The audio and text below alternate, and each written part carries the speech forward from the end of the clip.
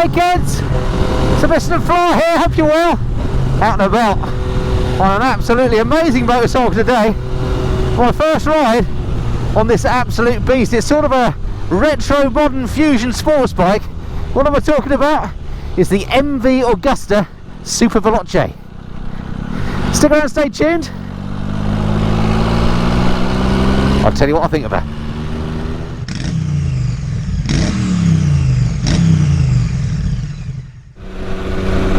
Okay, so the Superveloce then, what's that all about? Well, it's just a beautiful piece of artwork, to be honest with you. It's a bike that's pretty much based on the F3 800, which is not a shabby sports bike itself. They've taken that bike, dressed it up in some pretty fancy sort of retro clothing. It's an unusual style to this bike. It's I would sort of almost describe it as almost sort of steampunkish. The way that it has the sort of the small headlight and the light at the back, the leather strap on this one as well. It's got that sort of vibe going on. But it's undeniable a thing of beauty. The build quality on it seems absolutely beautiful.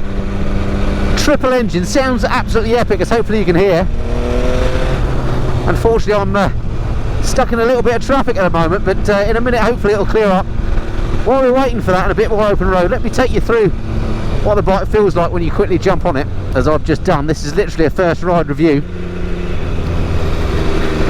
The riding position actually isn't that extreme for a sports bike. The handlebars feel quite wide compared to what I'm used to. I'm used to riding my 899 Panigale, which feels a bit narrower at the front. The leg position is very similar though. Your legs are quite well tucked up and fairly, you know, rear set. It's definitely a sporty position. I wouldn't necessarily describe it as comfortable, but it's not the most cramped sports bike I've ever been on, as I say. The seat itself is pretty hard, but these sort of bikes aren't about comfort, are they? What you're looking at when you're riding is this beautifully finished yoke here, and a very nice TFT on here, which is taken off of the 1000cc Big Brother. Looks quite complicated actually, the screen. It's all controlled via this button here, not to be confused with the indicators. Listen to that, it sounds epic, this bike. I love triples, me. They're kind of best of both worlds, 3-cylinder engines. You get a bit more smoothness than a twin, but you still get a bit of grunt low down. And this being basically an 800cc machine means it's that perfect size for riding on the road. It's not a track machine, this. It's a road bike. Although you could have a lot of fun on the track, I'm sure. Alright, just while we go through the practical aspects then, this bike is also fitted with a quick shifter, both up and down, that seems to work really beautiful. The brakes are absolutely epic, because I just learned from the front brake there. Let me just try the rear brake. Rear brake's a bit there, but then rear brakes so often are, aren't they? But yeah, the front brake works beautifully. Not much protection off of this little screen on here. This one's actually got an optional screen that's done in this sort of amber colour. Looks good actually with the red. And another option on this particular bike is this leather strap as well. That's not standard apparently. And this hasn't got a standard exhaust either, so this sounds a little bit fruitier than the standard Superveloce. But triples always sound good, regardless of the pipe you got on them. What else practically about the bike? The mirrors, bar end mirrors on here, which are in a great position in terms of view. I can see out the back absolutely no problem at all, and they're nice and steady as well. No vibrations on the mirrors, so they work a treat. I wish I knew the roads around here. I could squirt by this traffic then. Let's just send her down a couple of notches. Just sounds angry, this. I love it.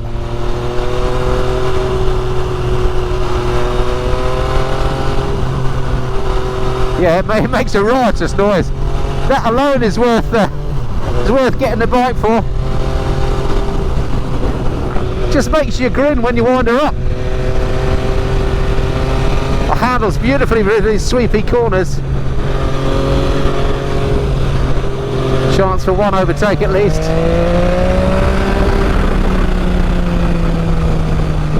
Oh yeah, this engine is sweet. It's not neck-snappingly fast like some of the latest 1000cc plus superbikes are, or the crazy nakeds that you can get these days, but it's got plenty there, you don't need any more. And coupled with the sound of these exhausts, it sounds just amazing. I must shut up saying that because I've made that point.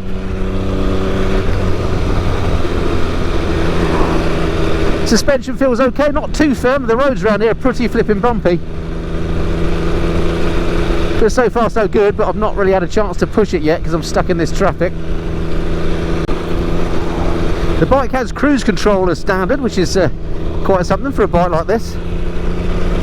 It's got 3 riding modes. I'll talk you through all the spec when I do the walk around in a minute and show you how beautiful this bike is.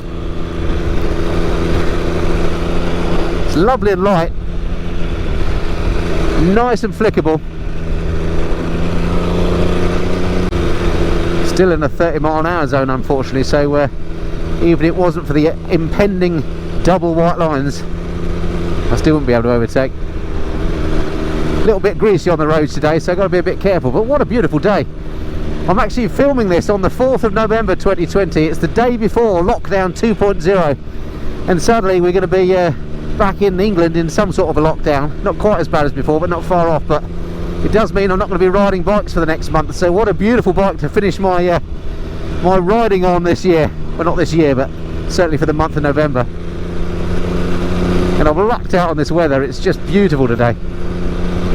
Not very warm though, so I've got the heated gloves on. These are my new Keis G701s. I'll put a link below to these gloves. If you're interested in heated gloves, these are absolutely cracking. They're nice and comfy. You can feel all the controls. You don't have to break them in, and they keep your hands nice and warm. And the batteries are built in. I really recommend them anyway. Not an advert, but they've just transformed my riding this year. I'm a big convert to heated clothing. Alright, looks like the road might be opening up a little bit here. Oh, we've got one turning off, so that's one less to worry about.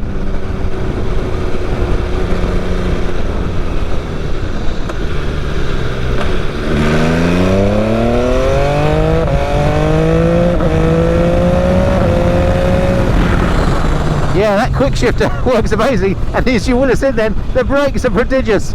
I just tapped that front brake then, it lifted me out of the seat. Fantastic. Quick shifter's a little bit clunky on the downshifts, but works beautifully on the upshifts.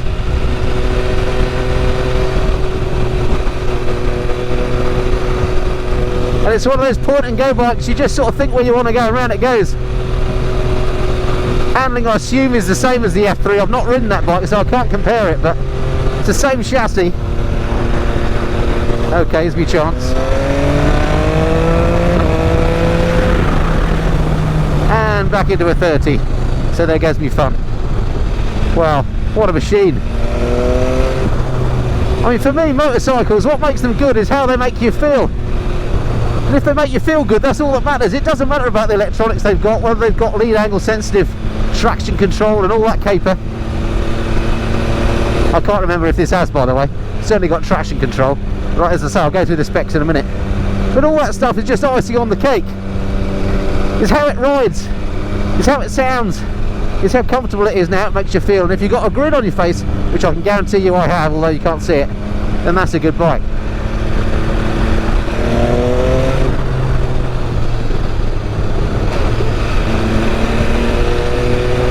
Lovely part of the world to be riding through here as well.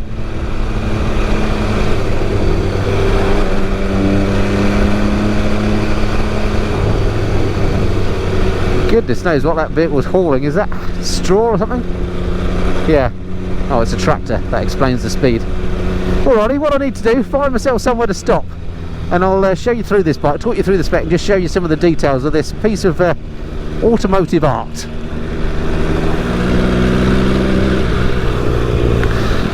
Let's turn around and go back in that spot which looked perfect.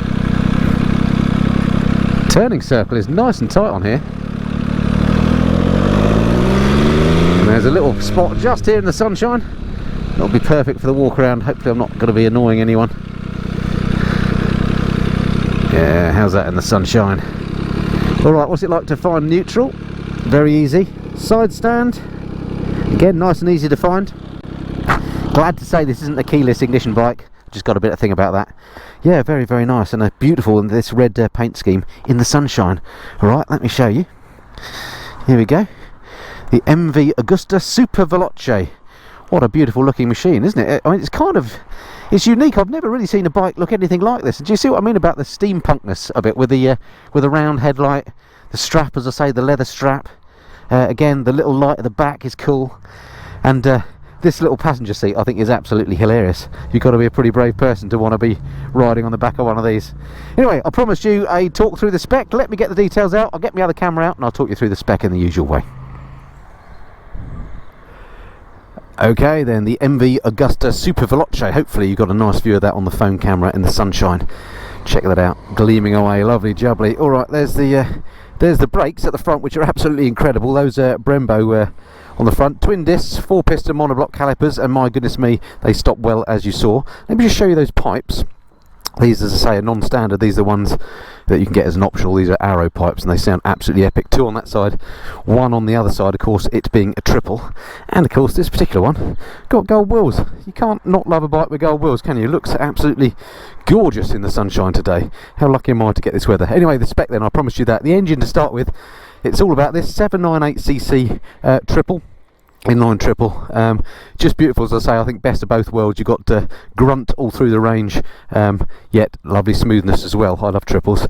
Puts out 148 brake horsepower at 13,000 RPM, so you do have to rev it a bit. 88 Newton meters at 10,000, of torque at 10,600 RPM.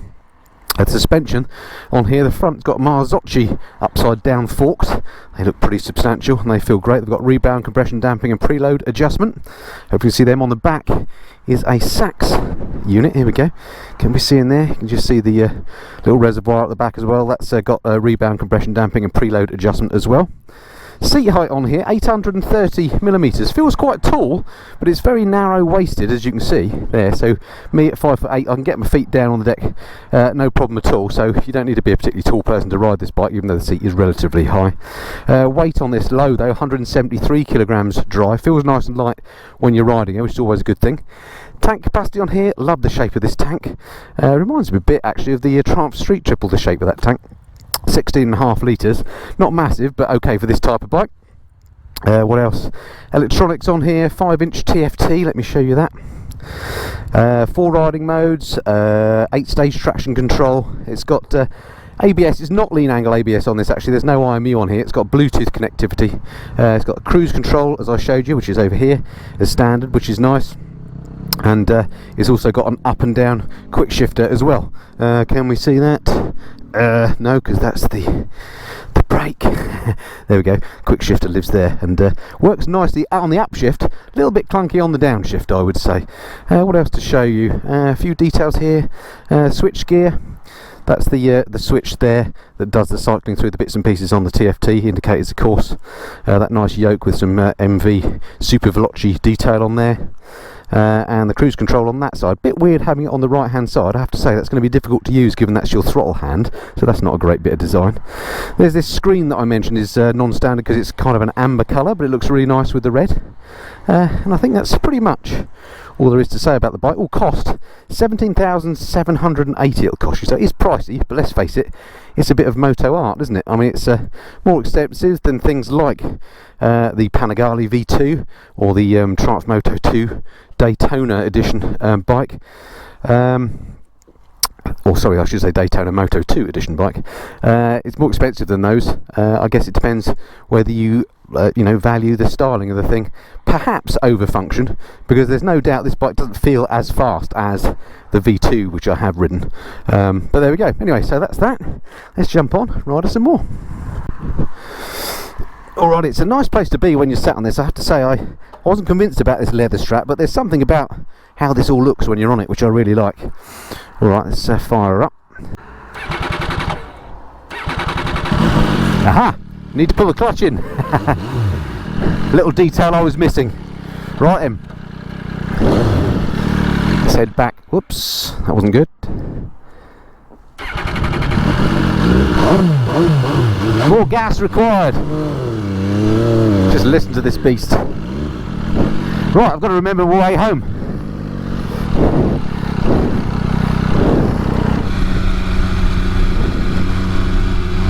Right, what I do need is an opportunity to overtake this learner if I can. Maybe they're not going to be going the same way as me. Anyway, while I look for that, I must say a huge thank you to the guys at Krazy Horse Customs in Bury St Edmunds who've lent me the bike. Amazing places. If you're in the area and you've not been to Krazy Horse, do go and check them out. They've got incredible showroom. In normal non-COVID times they've got a great restaurant as well, a great cafe, and in the summer they do some great bike meets, but maybe I'll see you at one of those next year. So thanks very much to those guys for letting me ride this bike. Not too many motovloggers have ridden this so far. I'm not sure when you're actually going to get to see this, but knowing me, my review may be a little bit late, but we'll see. Right, this is my opportunity.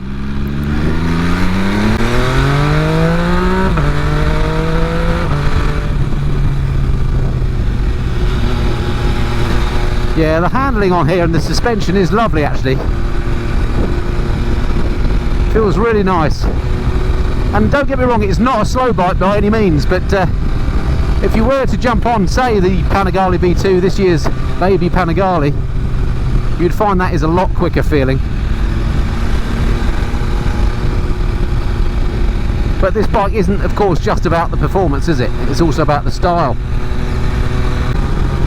So in summary then, what's my sort of initial thoughts about this bike? Well, number one, I like it a lot more than I thought I was going to.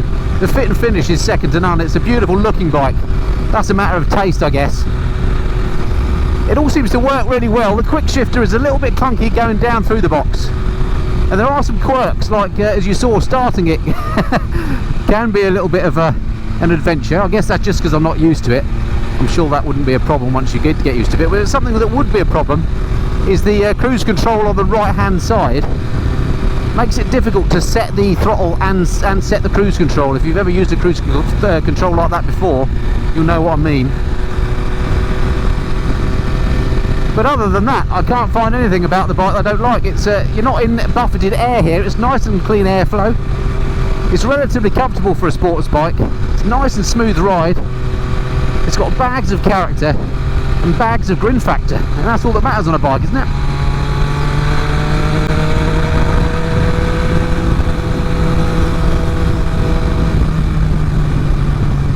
Love it. Alright, so that's it for this time. Hope you've enjoyed that review. Look forward to speaking to you again. Until then, this has been the Mist and Flyer. Cheerio.